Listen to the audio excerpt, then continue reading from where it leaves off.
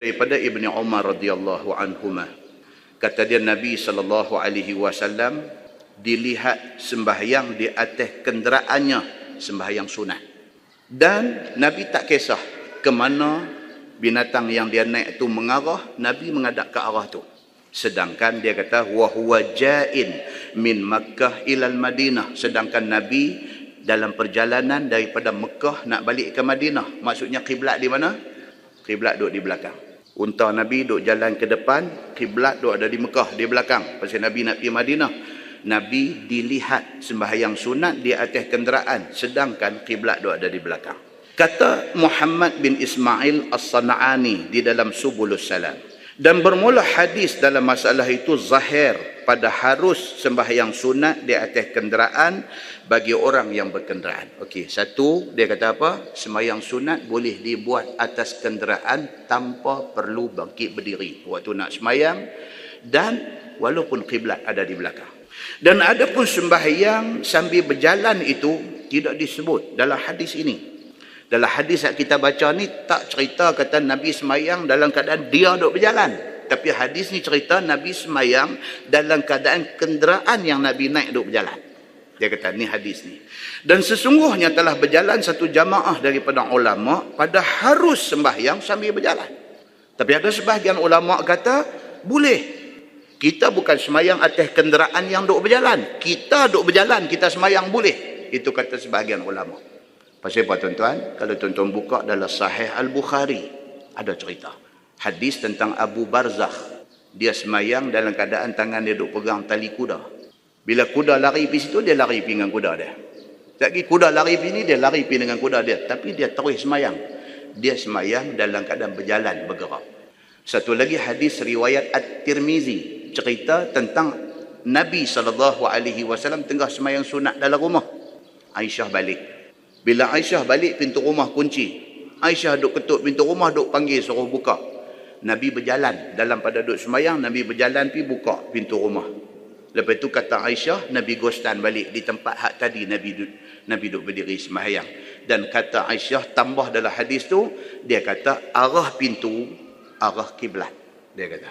Maka ulama yang berpegang kepada tengah semayang boleh bergerak berjalan kerana dua hadis ini. Dan kita sendiri pun duduk semayang di masjid, semayang jemaat misalnya, kita dah takbir Allahu Akbar, saf depan kosong. Ada jadi tak? Selalu jadi ya. Kita dah takbir dah Allahu Akbar, tengah duduk baca iftitah, depan kosong. Pasal apa? Lagi depan kosong, kawan tupi, depan sudah jadi kosong. Boleh tak boleh kita saf yang belakang ni step pergi ke depan untuk mengisi tempat yang kosong tu? Boleh tak boleh? Boleh. Ada orang duk buat hari ni? Memang ada pun. Bahkan kadang-kadang dia jadi kartun.